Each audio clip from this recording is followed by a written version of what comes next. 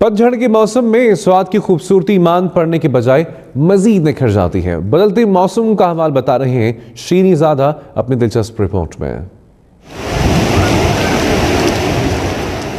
लाल, पीले, जर्द और सब्ज पत्तों ने स्वाद के हुस्न को चार चांद लगा दिए हैं। स्वाद के मुख्तलिफ पुरफ़ज़ा मुकामात को जाते हुए सड़क किनारे खज़ा का ये मौसम कुदरत का एक शाहकार है।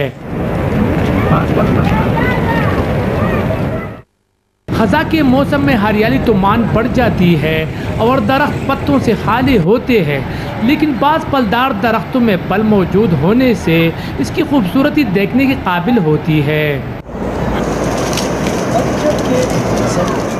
पतझड़ का मौसम तो बहुत ही खूबसूरत होता है और साथ में नदी की आवाज़ बह रही है तो साथ में पत्ते भी गिर रहे हैं और नदी की हवा भी आवाज़ भी आ रही है तो बहुत अच्छा लगे।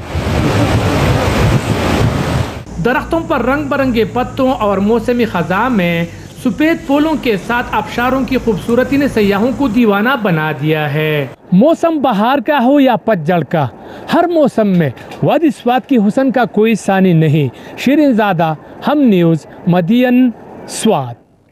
एक ब्रेक के बाद हाजिर होंगे हेडलाइंस के साथ। आप देखते रहिए हम न्यूज़।